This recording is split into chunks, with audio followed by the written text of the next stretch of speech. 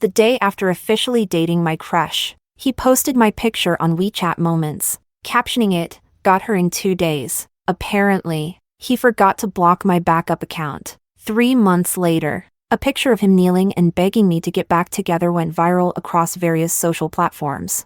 I simply commented, "Not much to say. The cold-hearted thrive, and the lovesick are reduced to ashes." Chapter 1. Steven had a face that radiated aloofness and detachment. I was quite into it. So, when he treated me differently and confessed, I readily agreed. I called him my crush because I'm a sucker for looks, and he just happened to have a flawless face. I thought that maybe, now that we were together, we could have a sweet, classic college romance, but it seemed he had other plans. The very next morning, he posted a picture of me on his Moments, captioning it, "Took me 2 days." I wasn't sure if he was more smug or just showing off with the strangely mocking public declaration. I switched to my other phone for another look. Sure enough, I was blocked. I couldn't help but chuckle. The backup account I'd created just to keep an eye on him back when I was crushing on that face was coming in handy now. Honestly, I hadn't intended to make a big deal out of it.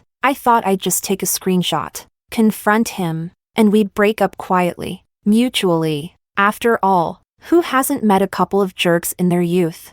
But some people naturally make a dumpster their home. As I instinctively refreshed the page, 2 new comments popped up on my screen. One, "She's so easy to chase." Another, "She's liked me for ages. I'm just worried she'll act all dramatic during the breakup, just like the others." Ugh. Just thinking about it is annoying. All self-replies, with no visible questions prompting them. Clearly, he wanted to broadcast his narrative to everyone who could see. This move actually made me laugh out loud, with a touch of sarcasm in the sound. Not even considering myself. It's a low blow to slander your exes just to flaunt your own appeal. My phone buzzed twice. He texted my other phone's WeChat, "Mary, are you awake? I'm waiting downstairs," playing the part of the perfect boyfriend, as if he wasn't the same person strutting around on Moments. Seeing this dual performance across both phones, I couldn't help but smile. "Steven, if you want to play this game, I'm all in. Today, I'll teach you why the wise always say, know yourself and know your enemy, and you can win 100 battles. The girl you arrogantly overlooked, she's no wilting flower." Chapter 2. By the time I finally went downstairs, it had been over half an hour since Steven's text. He stood by the flower bed outside the girls' dorm. From the side, his profile was sharp and defined, exuding a striking blend of arrogance and casual charm. Steven certainly had the assets to be audacious, both in looks and wealth. It's no wonder girls flocked to him. For him, switching girlfriends was routine, just a phase before each girl became a topic of gossip among him and his friends. He'd never met a challenge along this path. After all, he was generous when courting and respectful when ending things. He sought me out, and according to reliable sources, it was just because someone casually mentioned, "Mary from third-year physics is hard to get." That sparked his interest. Unfortunately for him, this time, he picked the wrong target. Like a sparrow drawn to the bait, he walked straight into the trap. As I approached, he barely hid his impatience. "What took you so long?" "Oh, in a hurry, aren't we?"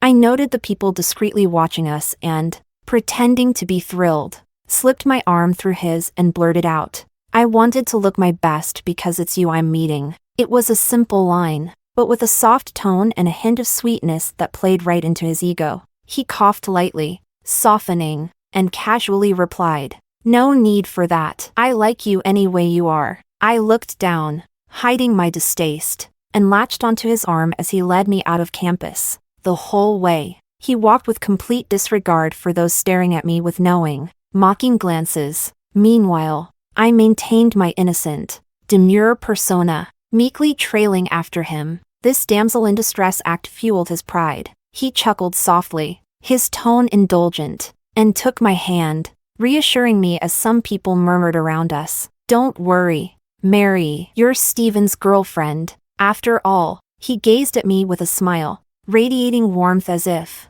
in this noisy world of critics, he was my only anchor and salvation. Inwardly, I felt fortunate. Had I not been captivated by his looks, Had I not pretended to be the meek flower he liked, I might have soon joined the ranks of his weepy ex-girlfriends, mocked by his friends. When a face you adore is right in front of you, it's easy to blur reality with the act. I figuratively patted my heart, which was starting to ache at the effort of faking affection, and resolved to cement it shut with concrete later. Concrete to seal the heart. Don't act lustfully without control. Chapter 3. Dating Steven wasn't all that different from being with anyone else. The only difference was his generosity. Maybe it was his upbringing, or maybe he understood that you have to spend a little to catch the big fish. Steven never hesitated when it came to gifts or daily expenses for me. It reminded me of something I'd read on a forum once. A man who's willing to spend money on you doesn't necessarily love you, but a man who won't definitely doesn't. Men and women approach these things differently.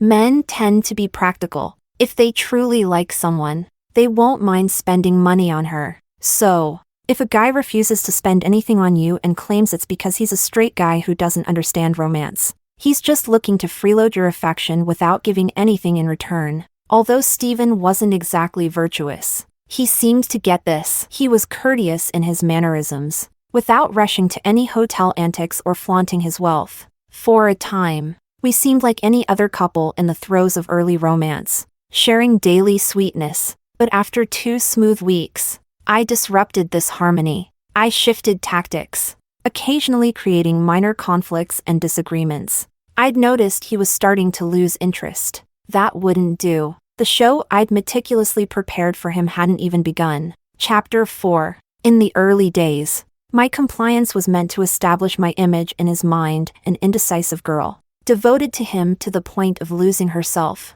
Then, by creating conflicts, I introduced another side of myself. One side was sweet and obedient. The other was distinct and opinionated, because only in the initial stages of love would a man tolerate your little whims, finding them cute and refreshing. So, to solidify this, I spent 3 mornings getting up early to wait outside his lecture hall. On the 3rd day, my opportunity came. After class, I trailed behind him, looking lost and distant, exuding the aura of someone heavy with secrets. Steven wasn't initially inclined to ask. In his mind, I wasn't yet important enough for him to care about my mood, but I stayed quiet all day, a wilting cabbage beside him, the only sound in the car being his fingers drumming the steering wheel. This stifling silence finally got to him, and he reluctantly asked, "What's wrong?" He thought this was a rare display of concern for his new girlfriend, but he didn't realize that the moment he asked, he set himself up for the consequences of his arrogance. With that question, my custom-made performance for him had officially begun. As he waited, I gazed out the window, letting emotions simmer. Finally, as the car paused at a red light, I turned, looking at him with eyes full of hurt, and whispered something unexpected. "Steven, let's break up." His rhythmic tapping halted. After a few seconds, he turned, disbelief etched on his face. "What did you say?" "Deaf. Are we?" I cleared my throat, raising my voice slightly with a hint of controlled tremor. I said, "Let's break up." This time, he heard clearly. Expressionless, he pressed the gas, searching for a place to park. With a jerk, he pulled over, shifted into park, and turned off the engine. He looked at me with a dark expression. "Why?" Though the scene was almost laughable, I maintained my professionalism and recited my prepared lines. "I saw you talking to someone today." I was vague, but it was enough for him to catch on. Steven's eyebrows shot up. Then he seemed to remember something and realized what I was implying. "What are you thinking? She's just a classmate. We were just chatting. If it bothers you, I'll stay away from her." He laughed lightly, patting my head, trying to end the topic with his indulgent compromise. But I wasn't about to let it go as he expected. Feigning ignorance of his explanation, I summoned all the fake fragility I'd mastered. I bit my lip, looked up at him, and muttered, voice trembling with barely hidden resentment. But what?"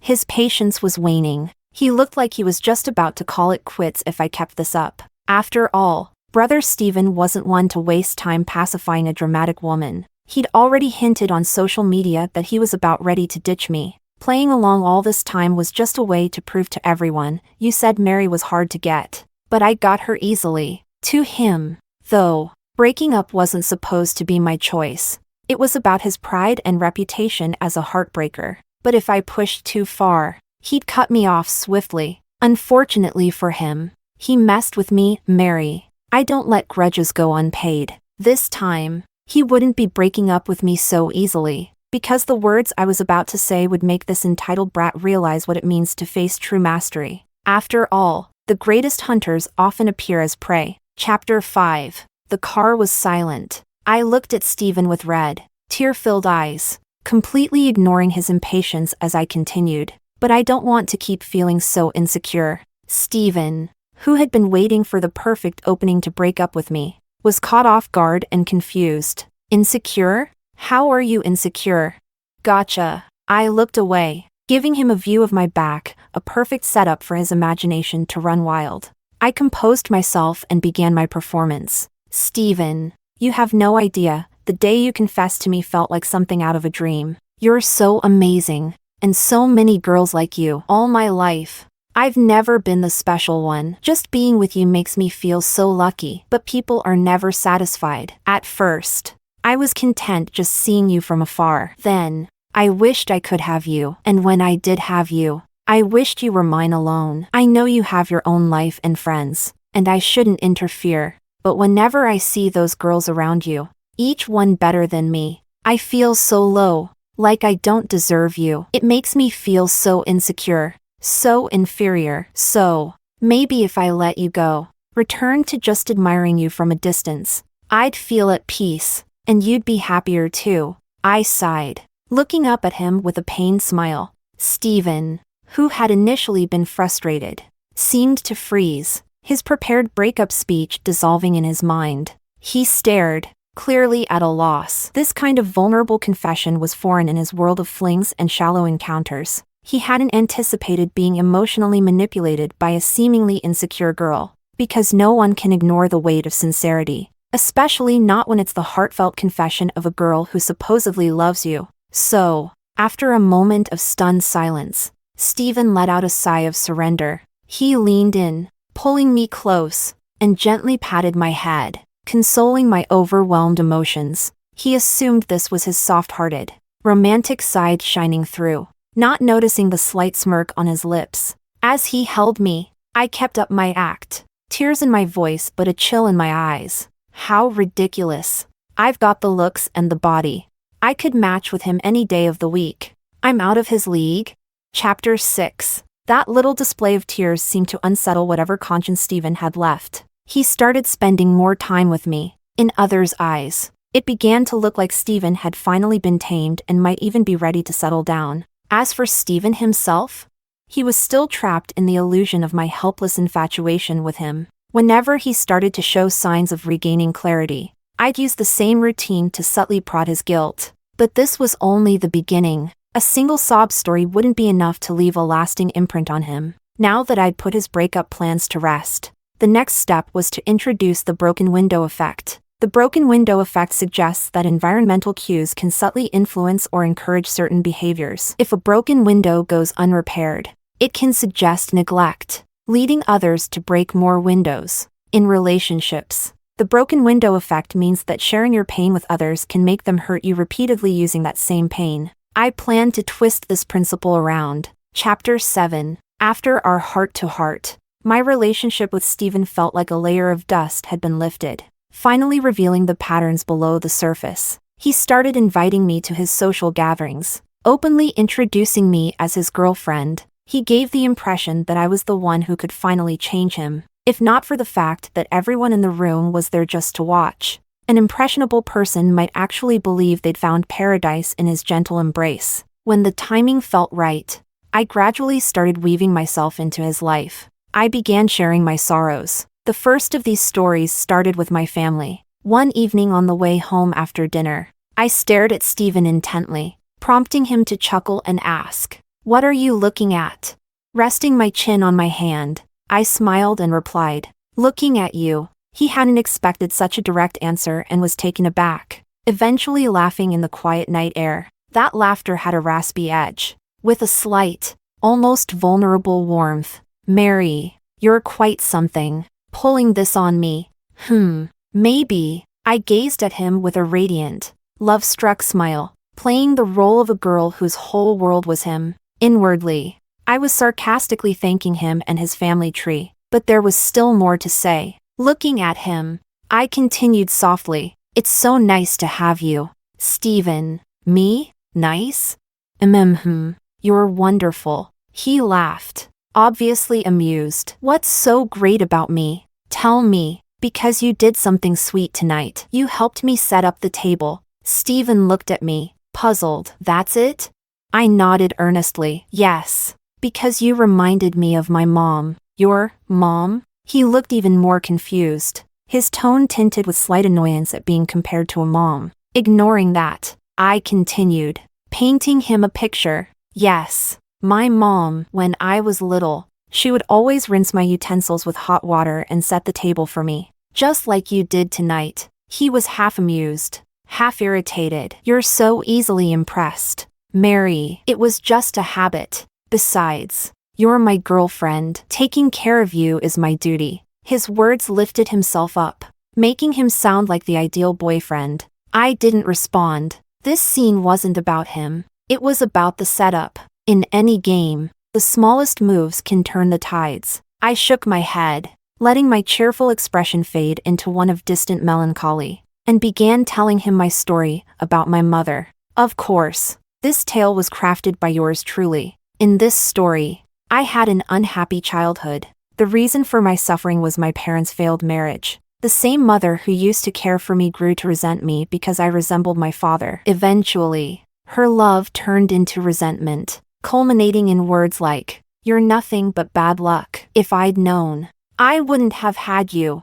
A simple story, but I aimed for a complex effect. I explained to Stephen that because of this unfortunate childhood, I found it hard to trust love. But then he came along. He made me want to believe in the elusive concept of love. In short, I painted him a grand, inviting picture. I told him, maybe all my past suffering was just building up luck for me to finally meet you.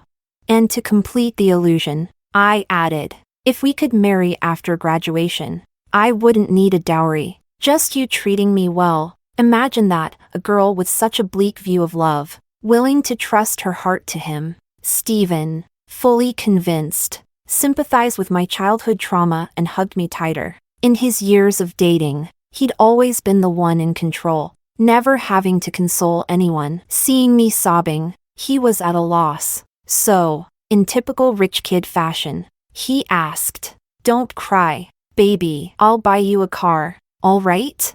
And that designer piece you wanted. Oh, and my brother brought back a jewelry set from an auction yesterday. You'd love it. Just stop crying, okay? Whatever you want, it's yours." I skillfully wiped away my tears in his arms, neither rejecting nor accepting. Knowing Stephen, he'd shower me with gifts anyway, and why turn down reparations? Back at my dorm that night, I lay on my bed, pulling out the virtual wooden fish app on my phone, hoping to regain any lost karma. I hoped my parents wouldn't mind. After all, children say the darndest things. Even at 20-something, I'm still their child. Chapter 8. With the family wounds laid bare, it was time to introduce the pains of love. But finding the right moment wasn't as easy as before. Stephen surprisingly didn't give me the chance. Considering how cocky he was on social media, I thought he'd have more game than this. Yet, unlike the tearful exes he'd left behind, he seemed completely drawn in by my act. Under the dual spell of my deep, undying love and tragic childhood, he actually played the part of the perfect boyfriend for 2 whole months. He'd show up outside my dorm, punctual and unfailing, and even attended all my classes when he was free. He filled my spare time with carefully chosen activities he knew I'd enjoy, and he'd even surprise me with little gifts here and there. It made me wonder, maybe those stories he'd boasted about, of girls crying and making scenes when he left, weren't just him bragging. There might be some truth to it. Stephen was the kind of person who knew he wasn't going to commit, so he compensated in other ways, treating his girlfriends with small luxuries. This wasn't me defending him, just observing. The other day, My roommate asked her boyfriend for a lipstick she'd been eyeing for a while, but he'd replied, "Why are you so materialistic? I could get it for you, but I don't want you to ask for it. If you ask, it ruins the meaning. Don't you get it?"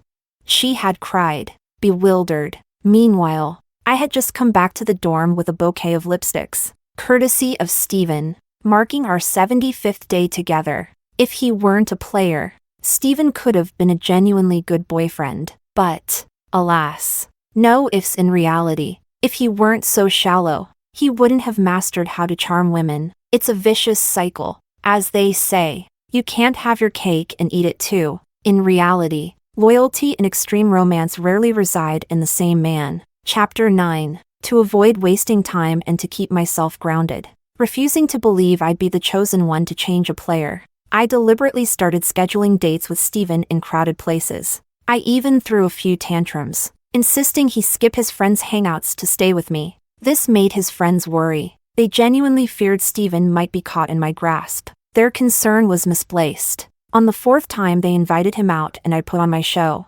Steven's patience finally ran out. For the first time, he outright told me to stop being so needy because he didn't like it. Naturally, I played the part of the hurt, fearful girlfriend, reluctantly backing down. This pleased him immensely, reinforcing his confidence that he had me wrapped around his finger. Seeing my disappointed face, he softened and gave me a patronizing pat on the head, saying, "Wait for me to come back." I nodded, playing the obedient role, further bolstering his perception that he had me under control. But as soon as he left and was out of sight, I smirked, eyes glinting with mockery and malice. Chapter 10. Steven's perspective. When Steven arrived at the private room, his friends were already there, lounging and waiting. As soon as he sat down, they crowded around him. "Steven, what's up with you? Weren't you planning to have fun with her for a bit and move on? It's been months. Man, are you letting Mary control you?" At first, Steven brushed off the comment, casting a half-annoyed look as he replied, "I have my reasons." The room erupted in playful jabs. "Ooh, big plans. Huh? What's so secret that you've been MIA?" Steven opened his mouth, but then he paused. He didn't actually have a plan, just a stubborn response. His silence brought a round of laughter from his friends. "No way. Steven, did she really get you?" The light-hearted ribbing wasn't an issue, but remembering what they'd said when he walked in made Steven stop and think. Why had he, the guy who usually dated for barely a month, stayed with Mary for almost 3? Why had he, a club-going, thrill-seeking flirt, suddenly become so domestic? The more he thought about it, the darker his mood grew, and the more he felt the need to prove himself. So, when someone suggested he call Mary to test her devotion, Steven didn't hesitate. Despite his recent self-doubts, he was fully confident in Mary's helpless love for him, and didn't see anything wrong with a test. After all, he was Steven. He needed to remind these guys who he was. Chapter 11. I had been expecting this turn of events, so when Steven called, asking me to pick him up at a bar, I took my time, lingering outside the entrance. I waited until he was leaning close to a girl, accepting a grape from her mouth, before I walked in and stood there, looking shocked and heartbroken. Whether my expression was convincing or not, I felt I'd given a strong performance. Steven, hearing my entrance, lazily peeled the girl off his arm, and together with his friends, turned to watch my reaction. Ah, a bunch of vile men. Of course, I wouldn't disappoint their twisted expectations. Putting on my most pitiful, broken-hearted look, I steadied my voice and asked, "Steven, what's going on?" My devastated expression pleased Steven immensely, giving him all the face he craved in front of his friends. He replied with calm indifference, "Just a game. I lost and had to pay up." I couldn't embarrass the girl. One line, and he'd completely dodged any blame, as if asking for more clarification would make me look unreasonable. The girl he'd mentioned was also gazing at him shyly, feeding his ego. I gripped the doorframe so tightly my knuckles turned white. Typically, the girlfriend would run off in tears, ending things in heartache, but that would only play into Steven's hand and spoil my script. For someone desperate not to lose him, deeply in love with him to the core. There was only one choice. So, forcing a strained smile, I replied, "Got it. I trust you. Do you still need a ride home?" This simpering line, oozing with desperation, took Stephen by surprise and prompted laughter from the entire room. One by one, they turned to Stephen with exaggerated respect. "Gotta hand it to Stephen. We surrender. Can't compete with that."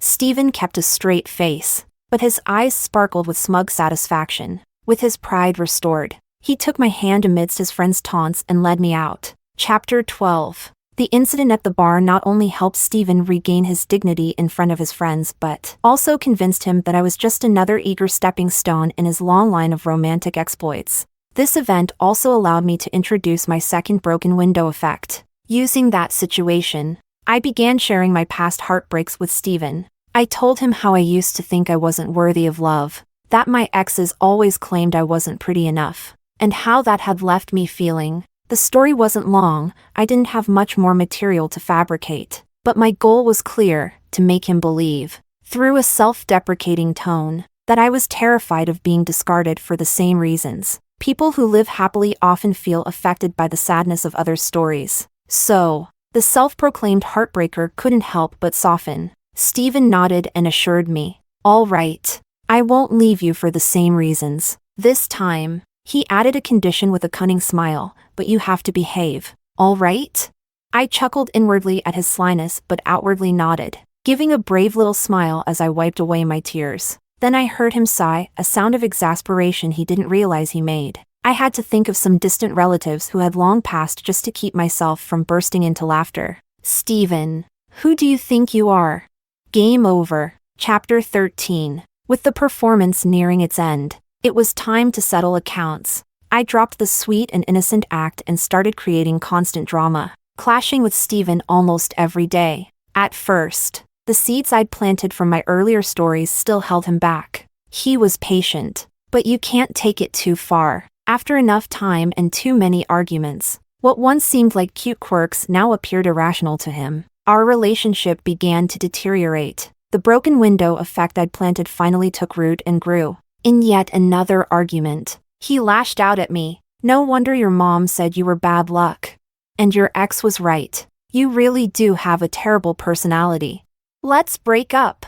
In that instant, every story I'd confided in him, everything I'd once considered support or honesty, turned into weapons for him to strike where it hurt most. Every word was a dagger. The closer someone is, the more they know where to hit for maximum pain. Fortunately, I'd made it all up. Chapter 14. Stephen and I broke up.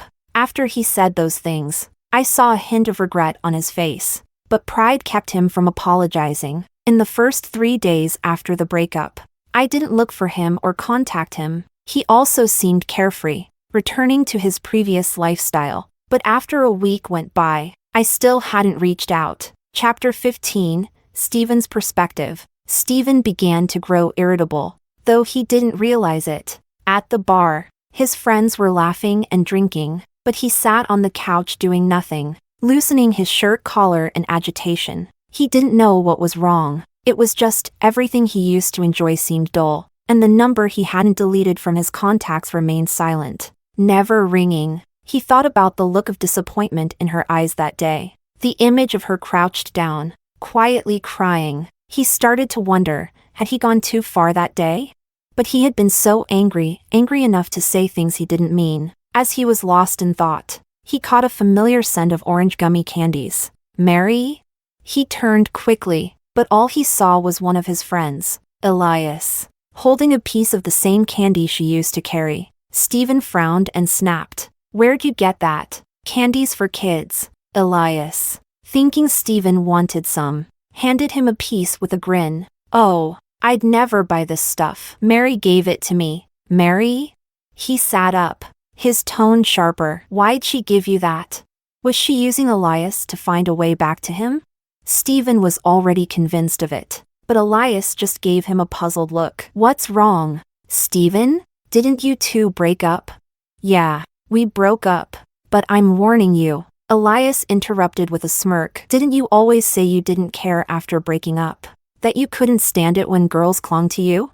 Well, I don't see Mary trying to get you back. In fact, I kinda like her, so I figured I'd give it a shot. And, wouldn't you know, she was surprisingly easy to win over. Look, she even gave me these. Elias held up the candy with a smug grin. Stephen, already in a foul mood and finally understanding why, felt the frustration boil over. He was furious. Chapter 16. When Stephen called, I was nestled in my dorm room watching a drama. I glanced at the notification, expressionless, then switched my phone to silent and tossed it into the corner of my bed. The next time I saw him was 5 days later at the library. Looking at his stormy expression, I sighed. This campus was just too small to avoid him. He grabbed my hand, pulling me out of the library and into a secluded corner. Releasing his grip, he ground his teeth. You're avoiding me on purpose. I looked at him calmly, replying with an unfamiliar coldness.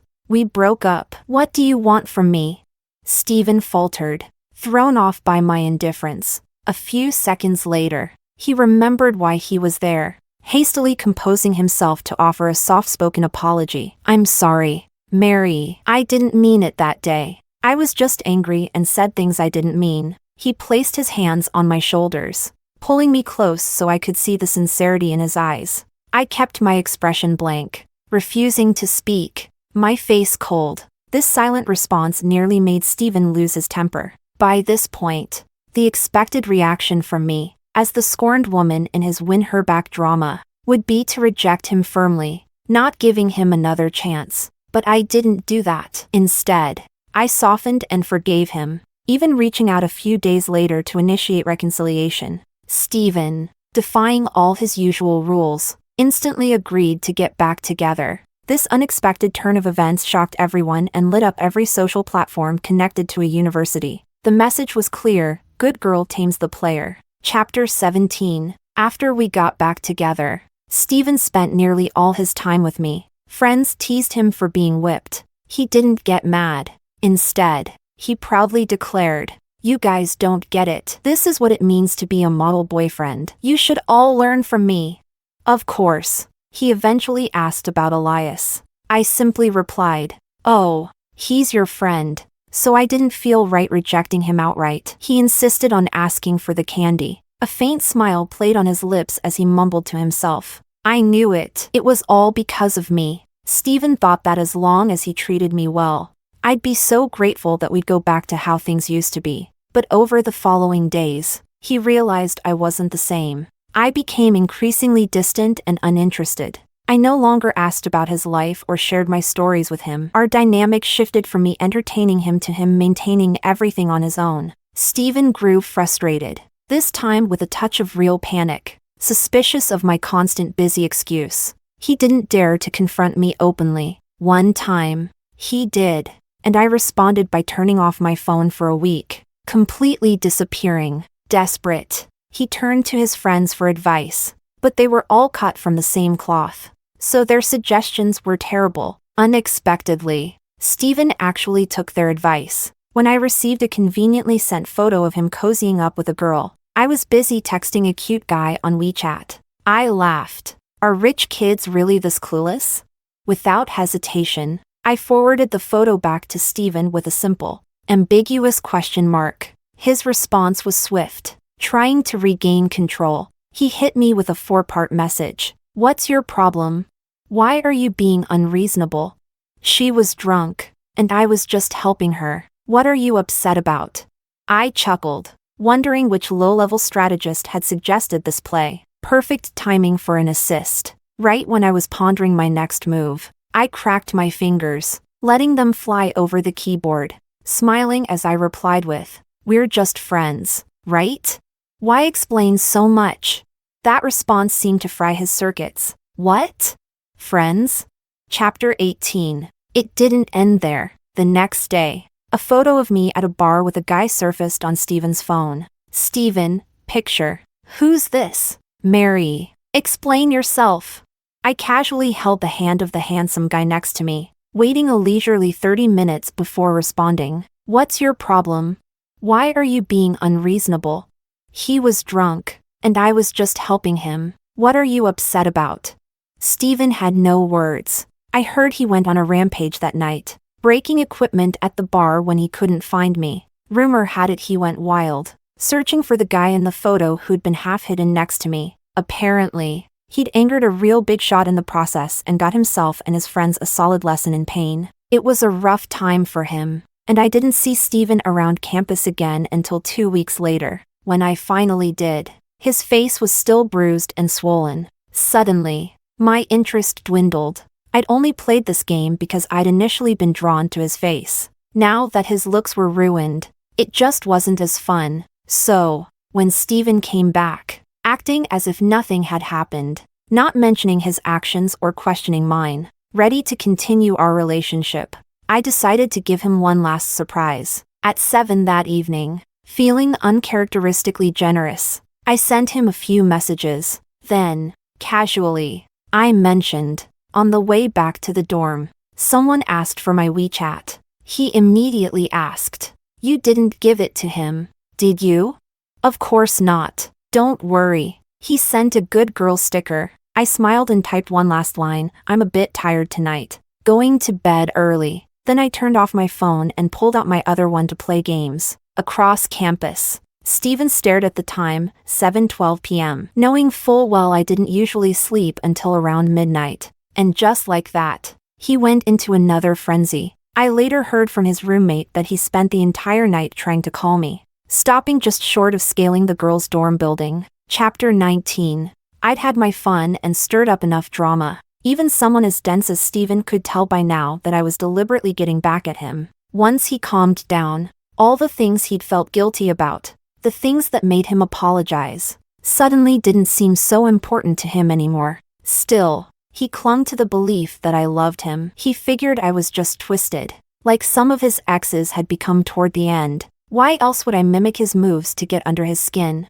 He concluded that I was still in love with him, only I was now seeking revenge for all the things he'd put me through. After all, he'd seen it happen before. Girls who'd sworn they'd never go back would eventually try every tactic to win him back. He admitted that I was different from his previous girlfriends, at least in some small way. Otherwise, he wouldn't have come looking for me or put up with everything I'd thrown his way. But patience has its limits. He couldn't keep letting himself be led around like this. He was Steven, the guy who didn't let emotions control him. So, after one more round of my antics, he finally used the big move. "We should break up. You're exhausting me. We're just not compatible." A message bubble appeared at the top. "The other person is typing." He probably had more to say. I couldn't let that happen. Could I? With a slight smile, I interrupted his spell. "Fine. Out of all of them, you're the one who's caused me the most trouble." That single line shattered his composure. "Steven? What do you mean? All of them? Are you saying you've been dating others at the same time? Answer me. Say something. Damn it. Today you're going to explain yourself to me. Talk to me. I know you're seeing this. Answer me. Stop pretending you don't see it. Is it the guy who asked for your WeChat the other day? Or the one who hit on you yesterday? Say something. Don't tell me it's that jerk Elias. No wonder he kept asking if we'd broken up. Just so he could make his move? Break up? Dream on. I'm Steven, your boyfriend. Come on, message me back. Let's not break up, okay? I'll get you another set of jewelry to match the last one, all right?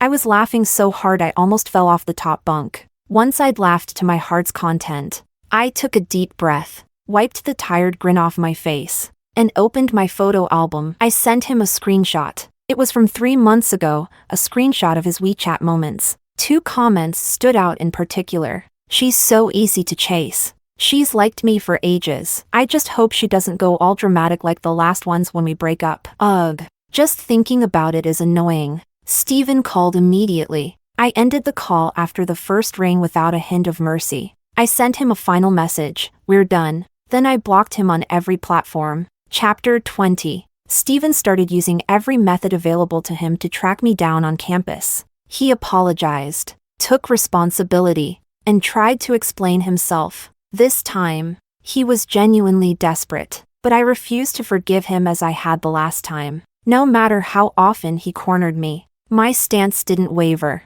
This left him utterly helpless. In a final attempt, he tried throwing money at the problem. He bought me flowers, sent gifts, even offered a luxury car and tried to transfer ownership of a villa to me, where I'd once eagerly accepted his gifts. I now refused every single one, with a stony expression. I told him, when we were together, you wanted to give, and I was happy to receive, but now, we're nothing to each other. I'm not accepting anything for nothing in return, so stop getting in my way. Stephen immediately tried to explain. Mary, that's not what I meant. I just want you to be happy. I smiled faintly, patting his head the way he used to do to me, and said dismissively, happy? Don't be ridiculous. Stephen, be good. I don't like men who cause too much drama. After that, he started waiting outside my dorm every day and loitering near my classrooms. Gossip spread again on campus. Rumors were that Stephen had truly fallen this time. The heartbreaker had met his match under the good girl's spell. I scoffed and put up a message on the campus notice board. Why should a good girl tame a player? Good girls find players disgusting and filthy. Thanks. Eventually, when Stephen saw that nothing he did moved me, he turned to drinking. One night, he was so drunk that he stood outside the girls' dorm, yelling, Mary, what will it take for you to forgive me? Unmoved, I put on my headphones and watched a video on core exercises, but someone did answer him. The crowd of bystanders, always eager for drama, called out, get on your knees, show her you're serious. Maybe he was too drunk, or maybe my emotional manipulation had scrambled his brain, but the next day, he actually got down on his knees in front of everyone. Onlookers were sympathetic, urging me to give him a chance, to forgive him. I merely laughed coldly and asked him, am I not the bad luck charm? Didn't you say I had a personality problem? Why are you begging someone like me for forgiveness? The crowd didn't catch the meaning behind my words, but Stephen did. He looked as if the life had been sucked out of him, face ashen as he slumped to the ground. Watching him broken like this, stripped of his former arrogance, I sighed. I reached into my bag, pulled out a folded letter, and handed it to him. The letter was something I'd written back when I was painting him those grand dreams of our future together, filled with fantasies of Stephen and Mary. This was my final blow, planting the seed of guilt in his heart. I'd make sure he'd never forget me, that he'd live with that debt to me for the rest of his life. Chapter 21. The incident of Stephen kneeling for me quickly spread online, courtesy of the bystanders who captured the drama. The picture of him on his knees, pleading, fueled by our public breakup story, made us briefly go viral. I hadn't planned to pay much attention to it, but one day, a so-called insider posted a censored screenshot of Stephen's old WeChat post, the one where he'd shared my photo. Boasting, got her in 2 days. What was once a small spark turned into a wildfire. People across social media tagged me, asking for my thoughts. I kept it low-key, not much to say. After the initial frenzy, the interest gradually died down. As for Stephen, since that day, he stopped ambushing me around campus, but he still hadn't given up on winning me back. I continued to ignore him, out of sight, out of mind, so we coexisted on campus, in this strange limbo, until graduation. After college, I didn't pursue a career in my field. Instead, I became a relationship blogger, specializing in guiding women through the twists and turns of romantic entanglements. I advise them to guard their hearts and avoid laying their souls bare too quickly. Always keep a bit of mystery, and never use your past to secure someone's trust. Love, at its core, is about mutual understanding, trust, growth, loyalty, and respect. I reminded them to stay confident, no matter the circumstances or the allure of a specific person. Learn to rely on yourself, knowing that you alone are worthy of love. Of course, my approach didn't sit well with everyone. Some labeled Stephen and me as equally toxic, calling us a perfect match of jerk and jaded. They said Stephen was just a playboy, shallow but harmless, and that I had gone too far in exacting revenge. I simply laughed to myself. By all means, if you're so sympathetic, feel free to spare a bit of compassion for these poor heartbroken men. The aloof thrive, and the lovesick are left in ruins. Love yourself first, and if you must worry about anyone's heartache, consider your own well-being first. You are the one person worthy of your care for a lifetime. Chapter 22, Stephen's epilogue. At 22, Stephen would never have imagined that a single girl would haunt his thoughts for a full decade. He still remembered he pursued Mary initially because of a cheap thrill. The challenge of it all. In truth, he'd already noticed her before he'd made his move. The beautiful girl from the physics department. She had a cool, striking beauty, but her gaze was so open and clear when they spoke. She was polite, even sweet. Unlike the cold and distant reputation she supposedly had, she seemed inexperienced in love, and with just a few flirtatious lines, she'd blushed and taken the bait. During the days he dated her, he felt comfortable, even happy, but she also had a disarming honesty he wasn't used to. He'd had plenty of women adore him, but she was the first to confess her feelings so openly. She laid her thoughts bare, exposing every little hope and worry to him without reservation. At the time, he'd been both stunned and secretly pleased. It thrilled him to know that someone could care for him so deeply, even to the point of insecurity. But now, a decade later, Stephen had a nagging suspicion that he'd been subtly manipulated. He chuckled, finding it oddly endearing. How did they drift apart? Yes, it was his arrogance. His belief that there wasn't a woman in the world he couldn't control. Even though Mary had been harsh, she'd given him a chance back then. He remembered the stories she'd told him, the way she carefully revealed her pains. And what had he done? He'd taken her trust and used it against her, turning it into the weapon that wounded her most. To this day, he couldn't forget the look in her eyes, so vulnerable and hurt. After all, is there any pain worse than betrayal by the one you trust most? So she had every right not to forgive him. He deserved to lose her. Even her last letter had been so kind. He could still picture the words she'd written. Mary will always be with Stephen. Mary will work hard to buy a house so Stephen can live there with her. Mary will strive to be better, so she can be worthy of Stephen.